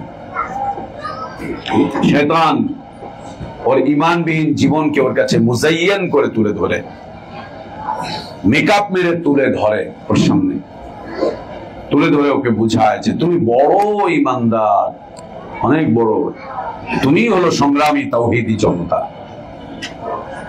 সংগ্রামী তাওহীদি জনতা, ইল্লাল্লাহ জিকির করে। সংগ্রামী তাওহীদি জনতা পীরকে রসুল মনে করে, পীরকে আল্লাহ মনে করে।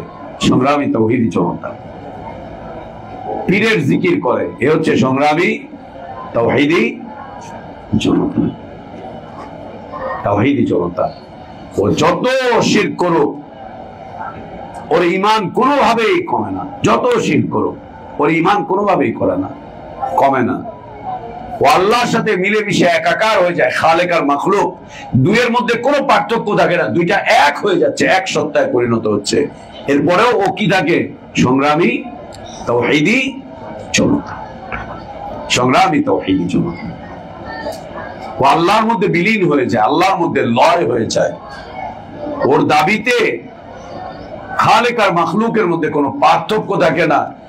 প্রেমের ডুবে ওরা ডুবে যায়, প্রেমের অমীয় সুধা পান করে, প্রেমিক প্রেমিকার মধ্যে প্রবেশ করে একজন আরেকজনের মধ্যে ঢুকে যায়, দুইজন এক হয়ে যায়। এরপরেও ওর ঈমান ক্ষতিগ্রস্ত হয় না। ইন্না লিল্লাহি ওয়া ইন্না ইলাইহি রাজিউন। আস্তাগফিরুল্লাহ ওয়া আতুবু ইলাইহি, আস্তাগফিরুল্লাহ। এটা কে করেছে? ওয়াযায়্যানা লাহুমুশ শাইতানু আ'মালাহুম ফাসাদ্দাহুম আনিস সাবিল ফাহুম লা ইয়াহতাদুন, ফাহুম লা ইয়াহতাদুন। তো ঈমান হচ্ছে ইলম, ঈমান হচ্ছে ইলম। ইল্লাল্লাযীনা আমানু, যারা ইলম অর্জন করবে, যারা ইলম অর্জন করবে, ঈমান সংক্রান্ত ইলম যারা অর্জন করবে। ইলম বান্দাকে ঈমানের পথে পরিচালিত করে, ইলম বান্দাকে ঈমানের উপরে মজবুত রাখে, ইলম বান্দাকে ঈমানের পথে ফিরিয়ে আনে, ইলম বান্দার ঈমানের সংশোধন করে, ইলম বান্দাকে ঈমানের পথে উৎসাহিত করে, উৎসাহিত করে, ইলম বান্দাকে ঈমানের পথে উৎসাহিত করে, উৎসাহিত করে। ইলমটা কি? ইল্লাল্লাযীনা আমানু, ঈমানকে ইলম বলা হয়েছে। ঈমানটা কি? ইলমটা কি? ইলম। শাইখুল ইসলাম মুহাম্মদ ইবনে আব্দুল ওয়াহ্হাব রাহমাতুল্লাহি আলাইহি তিনি ইলমের পরিচয় দিয়েছেন। হুয়া মারিফাতুল হাক্কি বিদালিলিহি।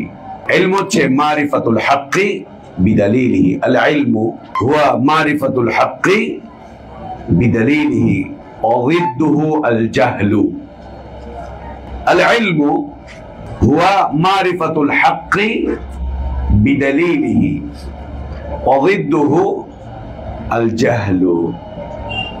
মারিফাতুল হক, হকের মারিফত অর্জন করবে, যার মাধ্যমে হক চেনা যায়, হক জানা যায়, হক বোঝা যায়, হকের পথে পরিচালিত হওয়া যায়। আর সেটা কিসের ভিত্তিতে হবে?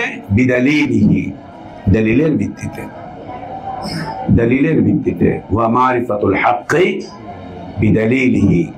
ইলমের বিপরীতমুখী বিষয়বস্তু কি? আল জাহলু, জিহালাত। আইয়ামে জাহিলিয়াত বলে না, জাহিল বলে না। অযিদ্দুহু আল জাহলু, এর বিপরীতমুখী বিষয় বা এর বিরোধী মুখালিফ বিষয়বস্তু হচ্ছে আল জাহলু, জাহিলিয়াত। এক কথায় জাহিলিয়াত, এক কথায় হচ্ছে জাহিলিয়াত। জাহিলিয়াত কি?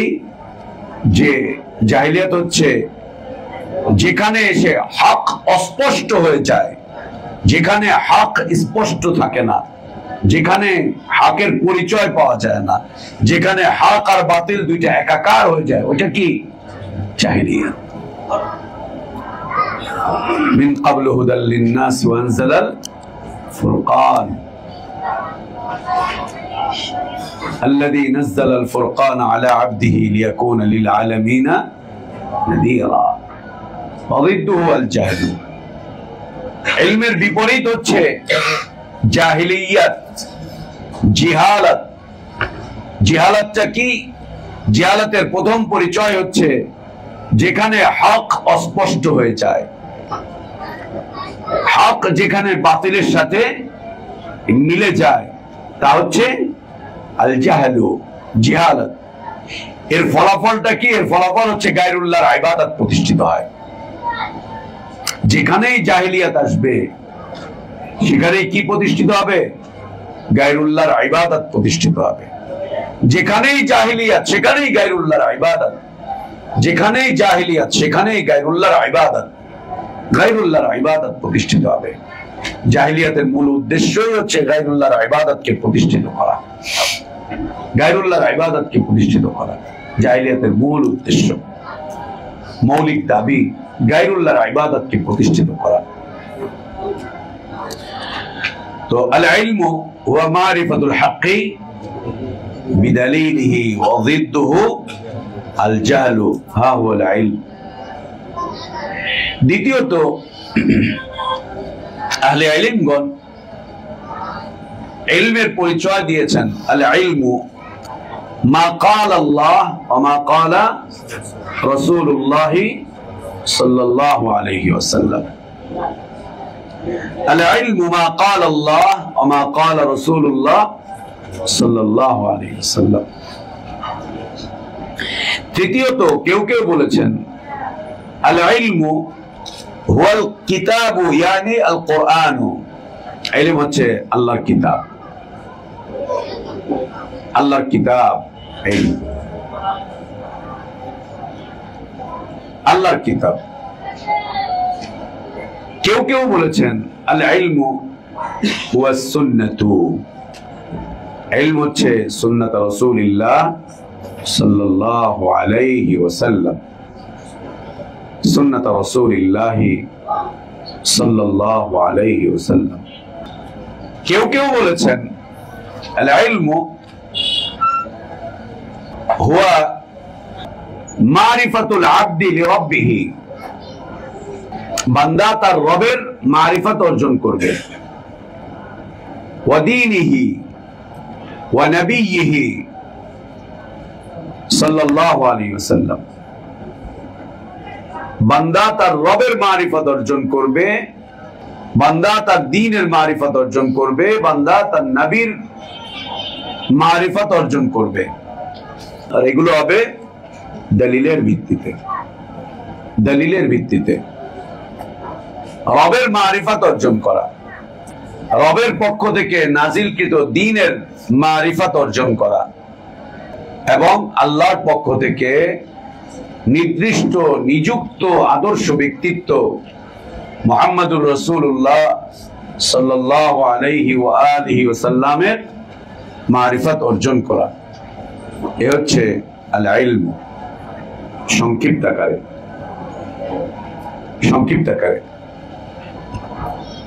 আল ইলম, ইলম হচ্ছে মারিফাতুল হক বিদালিলিহি ওয়া যিদ্দুহু আল জাহল। দ্বিতীয়ত আল ইলম হুয়াল কিতাব ইয়ানি আল কুরআন। আল ইলম হুয়া সুন্নাহ ইয়ানি সুন্নাত রাসূলিল্লাহ সাল্লাল্লাহু আলাইহি ওয়া আলিহি ওয়াসাল্লাম। আল ইলম মা ক্বালা আল্লাহ ওয়া মা ক্বালা রাসূলুল্লাহ সাল্লাল্লাহু আলাইহি ওয়াসাল্লাম।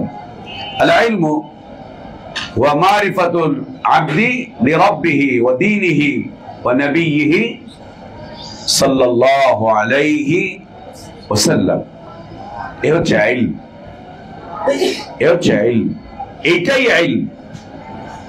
মা বাবারা সন্তানদেরকে যদি জ্ঞান অর্জন করাতে চায়, সন্তানদেরকে যদি আলিম বানাতে চায়, তো মা বাবাদের উচিত ইলমের এই পরিচয়টুকু অর্জন করা। যে ইলম কাকে বলেন,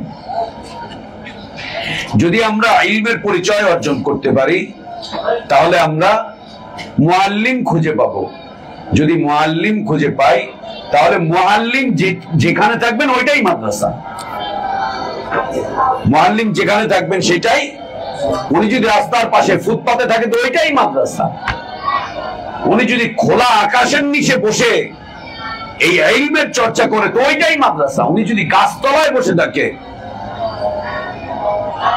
ওনার ছাত্ররা যদি বৃষ্টিতে ভিজে, ওনার ছাত্ররা যদি রোদে পুড়ে তো ওইটাই মাদ্রাসা।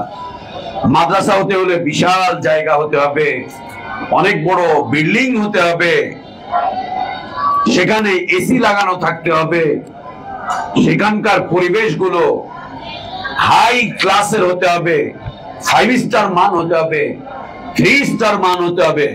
যদি 5 স্টার 3 স্টার না হয় অন্তত স্টার মান হতে হবে, অন্তত স্টার মানের হতে হবে। এগুলো ফাজলামি, এগুলো বদমাইশি, এগুলো শয়তান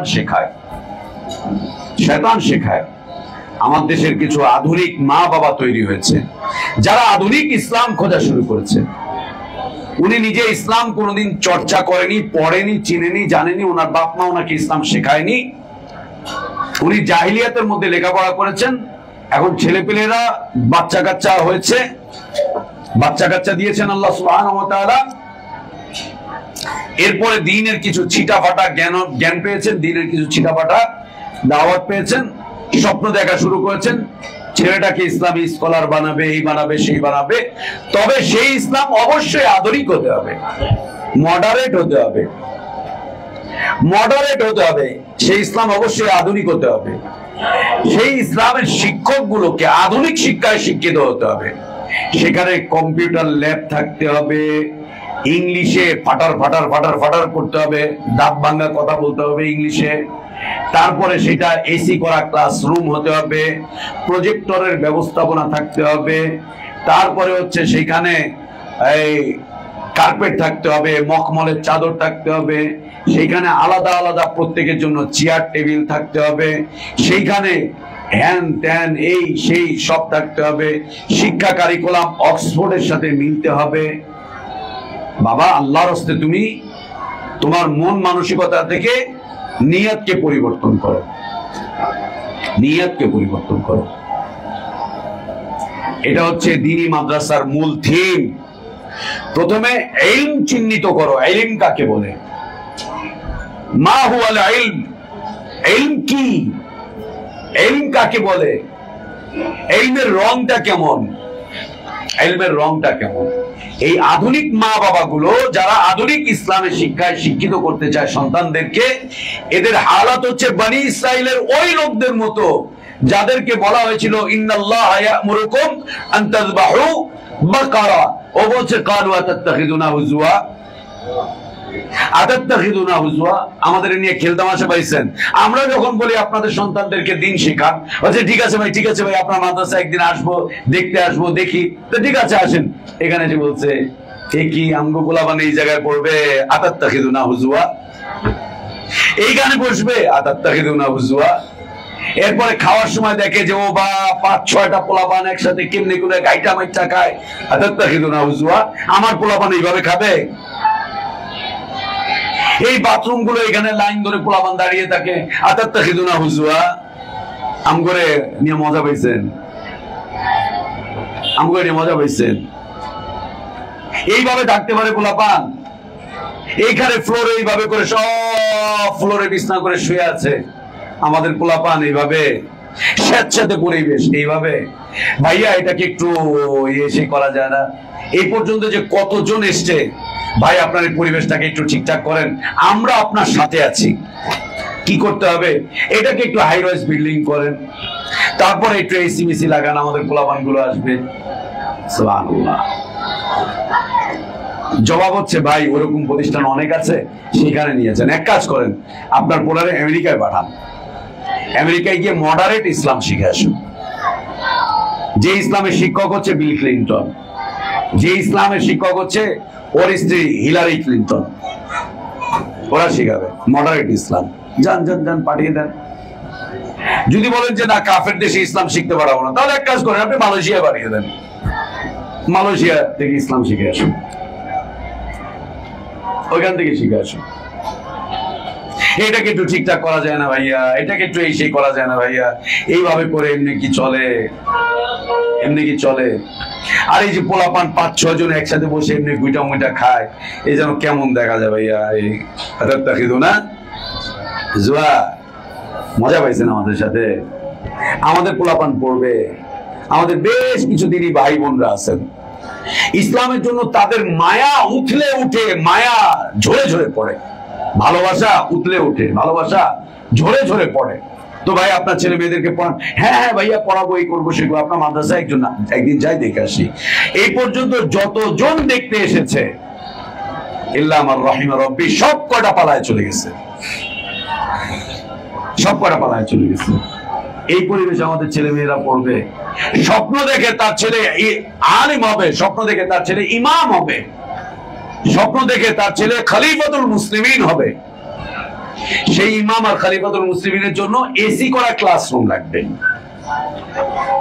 খলিফাতুল মুসলিমিন ওমর রাদিয়াল্লাহু আনহু ছিলেন, পারস্য থেকে গোয়েন্দা এসছে খলিফাতুল মুসলিমিনকে খুঁজতে, এসে দেখে যে কই খলিফাতুল মুসলিমিনের কোনো অট্টালিকা বাড়ি ঘর কিচ্ছু নাই, এরা খুঁজেই পাচ্ছে না, খুঁজেই পাচ্ছে না খলিফাতুল মুসলিমিন কই। কেন? ওরা রাজা বাদশাদেরকে দেখছে, সিংহাসন আছে, ওইখানে অনেক চাকর বাকর নৌকর আছে, হ্যাঁ, মাথা নিচু করে সালাম করছে, এই করছে সেই করছে, কই খুঁজে পায় না।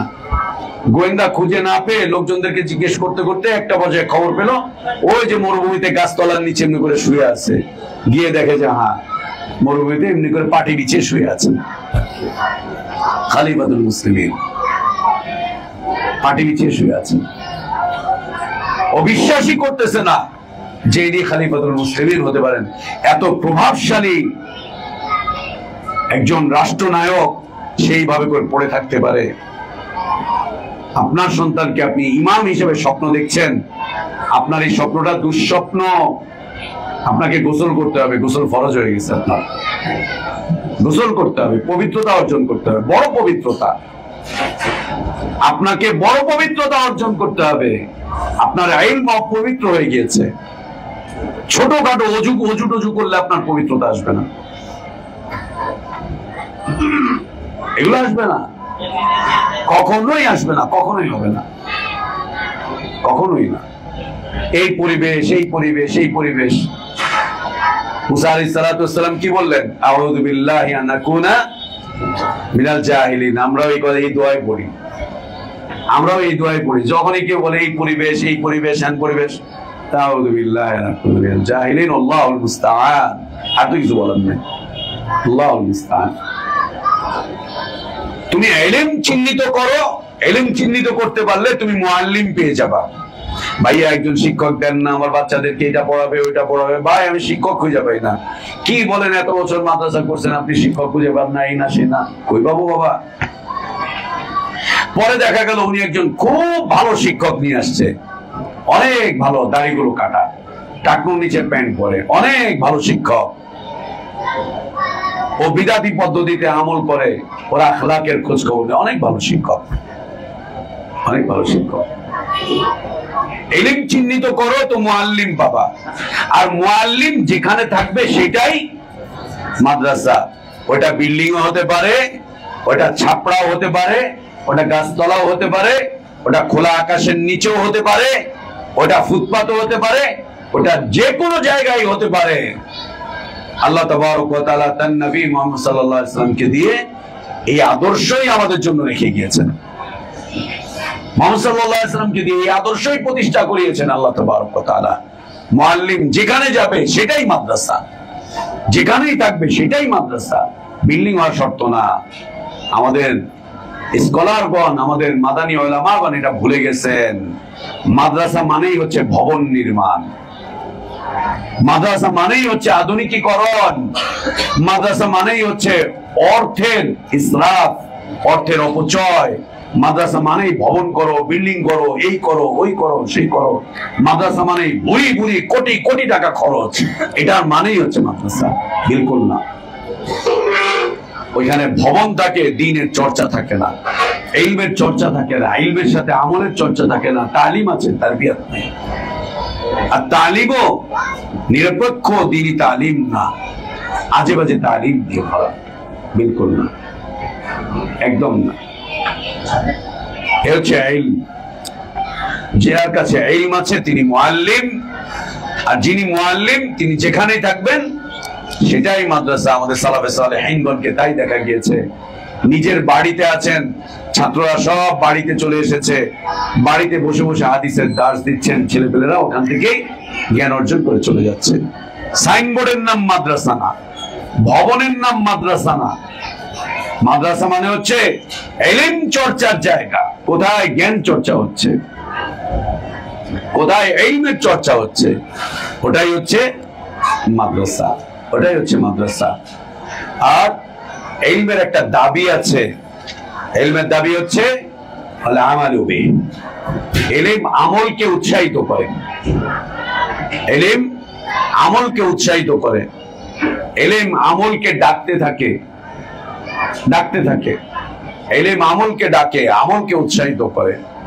যতক্ষণ পর্যন্ত আমল থাকবে ততক্ষণ পর্যন্ত ইলম থাকবে। যখনই আমল উঠে যাবে তখনই ইলম চলে যাবে। যখনই আমল উঠে যাবে তখনই ইলম চলে যাবে, ইলম চলে যাবে, ইলম চলে যাবে। যখনই আমল উঠে যাবে তখনই ইলম চলে যাবে। ইলমের দাবি হচ্ছে আমল। ইলমের দাবি কি? ইলমের দাবি কি? ইলমের দাবি কি? আমল। ইলমের দাবি কি? আমল। যতক্ষণ পর্যন্ত আমল থাকবে ততক্ষণ কি থাকবে? ইলম থাকবে। যতক্ষণ আমল থাকবে ততক্ষণ কি থাকবে? এই কি থাকবে? যতক্ষণ আমল থাকবে ততক্ষণ কি থাকবে? ইলম থাকবে। যখন আমল উঠে যাবে ইলম তোমাকে একা নিঃসঙ্গ ফেলে রেখে দিয়ে চলে যাবে। তুমি একা হয়ে যাবা। তুমি আর জাহেল দুইয়ের মধ্যে কোনো পার্থক্য থাকবে না। বরং মুহাম্মদ বিন আব্দুল্লাহ রাহমাতুল্লাহি আলাইহি আরো কঠিন কথা বলেছেন। এই আমলবিহীন আলিম, যেই আলিমের কাছে আমল নাই, তার সাথে দুইটা বিভ্রান্ত সম্প্রদায়ের তাশবীহ দিয়েছেন। বলছেন তিনি হয় ইহুদিদের সাথে সাদৃশ্য হবেন অথবা নাসারাদের সাথে সাদৃশ্য হয়ে যাবেন। যে আলিমের কাছে আমল নাই, আমলবিহীন আলিম, তাকে দুটি ধর্মের মানুষের সাথে সাদৃশ্যতা দেওয়া হয়েছে। একটা হচ্ছে ইহুদি আর একটা হচ্ছে নাসারা। আমল না থাকার ফলাফল। ইলম সবসময় আমলকে উৎসাহিত করে। ইলমের দাবি হচ্ছে আমল করা। যতক্ষণ পর্যন্ত আমলের চর্চা থাকবে ততক্ষণ ইলম থাকবে। যখনই আমল উঠে যাবে ইলম তোমাকে একা ফেলে রেখে দিয়ে, নিঃসঙ্গ ফেলে রেখে দিয়ে চলে যাবে। তুমি নিঃসঙ্গ হয়ে যাবা, একা হয়ে যাবা। একেবারে শেষ হয়ে যাবা। এবং এর সাথে সাথে আরেকটি কঠিন কথা বলা হয়েছে যে কিয়ামতের দিন প্রথম আলেমকে দিয়ে জাহান্নাম উদ্বোধন করা হবে। কোন আলেম? যে আলেম ইলমবিহীন জীবন, আমলবিহীন জীবন পরিচালনা করেছে। আমলবিহীন যে ব্যক্তি জীবন পরিচালনা করেছে তাকে দিয়ে আল্লাহ তাবারক ওয়া তাআলা জাহান্নামকে উদ্বোধন করবেন। জাহান্নাম উদ্বোধন হবে ওই আলেমকে দিয়ে যার ইলমি জীবনে আমল ছিল না, তাকে দিয়ে জাহান্নামকে উদ্বোধন করা হবে। আল্লাহ তাবারক ওয়া তাআলার কাছে দোয়া, আল্লাহ আমাদের ইলমি বারাকাত দান করেন, হায়াতে বারাকাত দান করেন, আমাদের নেক আমলটুকু আল্লাহ কবুল করেন, ভুলগুলোকে আল্লাহ সংশোধন করে দেন, গুনাহগুলোকে আল্লাহ মাফ করে দেন। আল্লাহ আমাদেরকে ঈমান আর ইসলামের প্রকৃত সৌন্দর্যের উপরে বেঁচে থাকার তৌফিক দান করেন। ঈমান আর ইসলামের পূর্ণতার উপরেই আল্লাহ আমাদেরকে মৃত্যু দান করেন। আল্লাহ আমাদের এই ইলমি মজলিসকে কবুল করেন, আমাদের মাদ্রাসাকে আল্লাহ কবুল করে নেন, আমাদের ছাত্র এবং শিক্ষকদেরকে আল্লাহ কবুল করে নেন। আল্লাহ আমাদের সিয়ামকে কবুল করেন, কিয়ামকে কবুল করেন, তিলাওয়াতকে কবুল করেন। আমাদের এই দাওয়াতি কার্যক্রমকে আল্লাহ কবুল করে নেন, আমাদের এই দাওয়াতি কার্যক্রমকে আল্লাহ কবুল করে নেন, আমাদের এই দাওয়াতি কার্যক্রমকে আল্লাহ কবুল করে নেন। আল্লাহুম্মা আমিন ওয়া আখির দাওয়ানা আনিল হামদুলিল্লাহি রাব্বিল আলামিন। সাল্লাল্লাহু ওয়া সাল্লাম ওয়া বারাকা আলা নাবিয়িনা মুহাম্মদ ওয়া আলা আলিহি ওয়া আসহাবিহি আজমাইন। সুবহানাকাল্লাহুম্মা ওয়া বিহামদিকা আশহাদু আল্লা ইলাহা ইল্লা আনতা আস্তাগফিরুকা ওয়া আতুবু ইলাইক।